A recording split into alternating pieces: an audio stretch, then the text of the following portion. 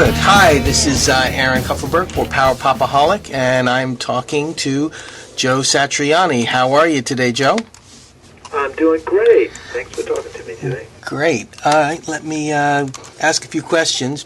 Number one that I wanted to just touch base with you on, it's like we both grew up in the same place. I grew up in Westbury, went to Clark High School. I know you went to Carl Place, right? That's right, yeah, Carl Place High School. Yep, and you were in a couple of bands when you were, in high school and stuff. Do you remember the name of your first band?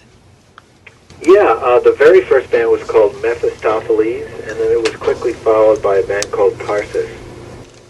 Cool. Well, what type of music did you play? We were doing Sabbath, Stones, Zeppelin, The Doors, Spirit. Well, did you end up, because I know you were born in Westbury, or you grew up in Westbury and then moved to Carl Place at some point when you were a kid? Here's the technical part of it. There's a small part of Westbury that is included in the Carl Place Fire and School District, and I happen to live in that little teeny neighborhood. Oh. That was just on the other side of Northern State Parkway, but between Northern State and Jericho Turnpike. For those people on Long Island who know these things. And that little sliver of land got included in as I said, the Carl Place Fire and School District. So I attended St. Bridget's, a Catholic school, until they threw me out, basically, and until about, I think, 5 years, and then so I started 6th grade at Carl Place High School and finished my high school there. Great. Do you remember also, at the time, what your first guitar was that you played with? Yeah, it was a Hagstrom 3. Yeah, after I decided to, quit the football team and play guitar the day that Hendrix died, one of my sisters, Carol, donated her first paycheck as an art teacher at Westbury High School to buy me this Hagstrom 3 guitar that was hanging up at the music store at Roosevelt Field. Great. Well, you've come a long, long way from that.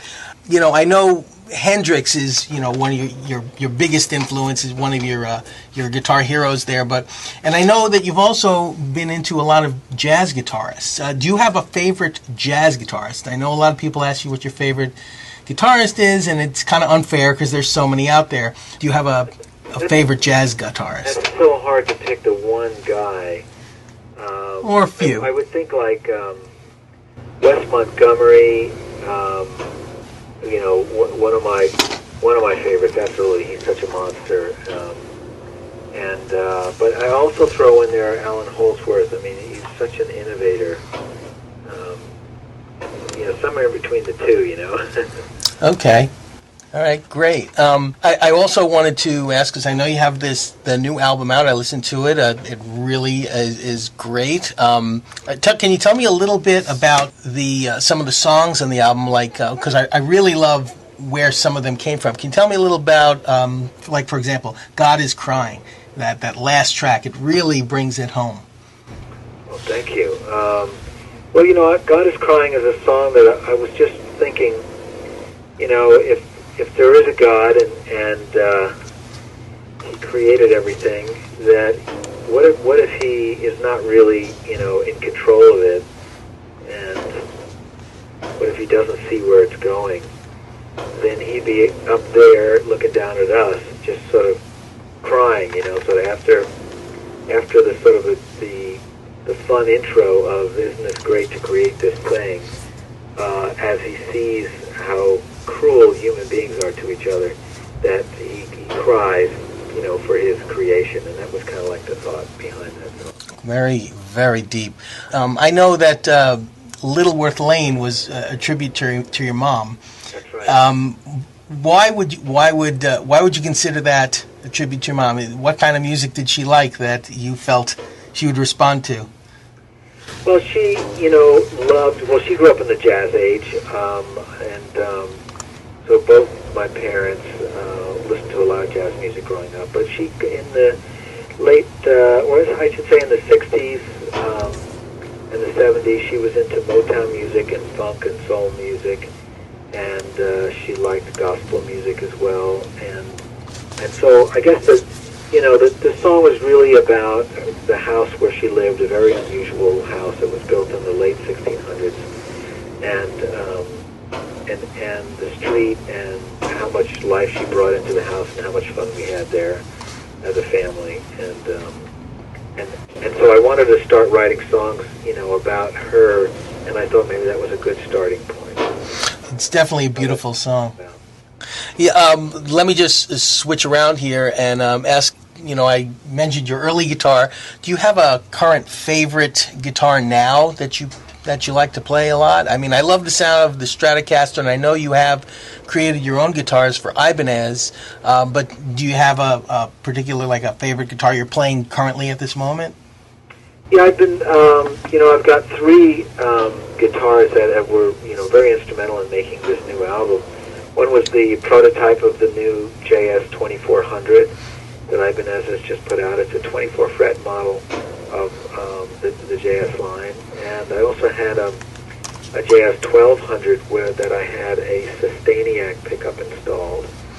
And that's new for me. And then finally the prototype that I had made for the Experience Hendrix tour that I was on in March, and that's basically a JS guitar with a maple neck and 3 DiMarzio blade pickups, and that's also really a lot of fun. So those three are my favorite right now. Cool. And since we're talking about guitars, I mean, you've been playing guitar, you've been considered a guitar master for so long. Do you feel you've covered every inch of ground when it comes to the innovation of the instrument and the instrument as a whole? Is there anything more to learn about the guitar for you? Oh, there's so much. I mean, every new guitar player that comes along brings a new, interesting take of how to play it. It's really about the personality of the player and their attitude and the kinds of things that they want to talk about through their music. It's not really about the technique so much. It's really about the personality. Okay, well, since we're talking about personality, I'm going to mention a few guitarists, and maybe you can give me some quick impressions on them, okay? You can just go like one sentence or something, okay? Billy Gibbons. Oh, Billy Gibbons, master blues man, an amazing tonal creator, and then what he's done for the world of blues composition is unbelievable. We'll be sifting through his music for decades. Okay. Brian May. Oh, Brian May. What a great guitar orchestrator and someone who really can put a lot of beautiful sound into just a few notes. It's really pretty remarkable. He's one of the coolest guys I've ever met out there who's a true rock god. Okay. Andy Timmons. Andy Timmons. I was just looking at a picture of him. Andy's a great, great player, good friend. Every time he's in town and I'm there playing, he gets invited up on stage because he's just great. And he's one of those guys who's just got a lot of musical energy, and he can play just about anything. Okay. Now I want to talk about, I'll mention a few guitarists I don't know if you've met or not. Nuno Benancourt from Extreme. Yeah, the only time we ever sort of hung out together was way back in '91. We were all doing the Guitar Legends Festival show together. Coincidentally, our musical director was Brian May, and so we had about 4 days of hanging out in London, rehearsing our show, and that's when I got to know him as a person and find out that he was a multi-instrumentalist and very talented. Okay, what about Steve Howe? Yes. Only met him once, just briefly, about less than a year ago. I was at Q104 in New York City, and I was leaving, I believe, to do an interview, and they were arriving. Okay. And the guys in Yes, and so I got to see him, and unfortunately I only got to say hi and get a picture taken. That was about it. Okay. Let me see. Have you met David Gilmour, Pink Floyd? Just shook his hand once at a hotel in Osaka, Japan. Okay. Well, you got to shake his hand. What's your opinion, and this is sort of a combo question, I've seen some really strange guitars, like multi-neck guitars, by either Rick Nielsen or Michael Angelo Beto, who has, I guess, a two-neck, four-guitar setup. Have you ever tried to play any of those kind of strange-looking guitars? No. I think the one neck is hard enough. I mean, I've got a double neck, and when you need a double neck, you play it just because you need it. That's about it. But yeah, having the necks going out in different directions and all that kind of stuff, I don't think I really need that kind of stuff. Okay. I think it's more of a showmanship kind of approach, more stagecraft than guitarcraft. I don't know. Some guys, play really well. I mean, Badio, I've never seen anybody else play harmony like that. I mean, he's pretty amazing, isn't he? Oh, yeah, I'd say. I saw the video. I couldn't believe it. I don't think I've ever seen anybody pull it off quite the same way. I know Steve used to do it, Steve Vai, a couple of things. Yeah, I mean, some guys just gravitate towards stuff like that, I don't. I'm more interested in the music part of it. Okay, getting back to the music part of it, I know there's a second Chickenfoot album coming soon. Yeah. At this point, how many songs have you written for this new album coming out?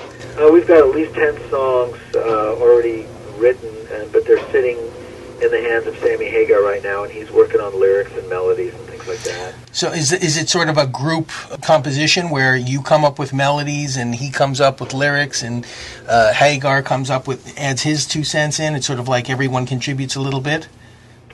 Generally the way it happens is I'll start a song first and make a demo, and then from there it gets sent on to Sammy, and Sammy will do melodies and lyrics, and then the band gets a hold of it, and we all try to arrange it so that everybody's really excited about it, that they have parts that they like. If we need another part, we write it. If we think we have too many, we drop them. But usually it's a band consensus when it comes to arranging.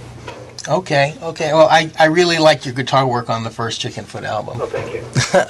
So, I mean, is there anything, I think, with your new album, Black Swans and Wormhole Wizards, that you feel is a leap at all from your past work, or do you think it sort of follows a natural progression of your past work, or are you looking for something new after the release of this album? I think we're always looking for, something new, aren't we? We're always trying to express ourselves in new ways. And I was just trying to create a deeper level of communication, with what I was trying to express and how I would get it to the audience. I mean, that's how I put it to my co-producer, Mike Fraser. I said, I need to help me make my guitar really grab people, and the melodies and the performances from the rest of the band. We really have to be super evocative. We really have to tell these stories deeply. You can't just turn up louder or use a more intense pedal. I mean, it just doesn't work that way. Sometimes you really do have to understand the soul of the music and tailor the production of each song so that you really reach people. So that's what I was trying to do on this one. Well, I think you succeeded, and I really appreciate you taking the time to talk to me this afternoon. Thank you, Joe Satriani. I appreciate it very much. Well, it has been a great pleasure to talk to you. All right. Okay. Bye-bye. All right, bye.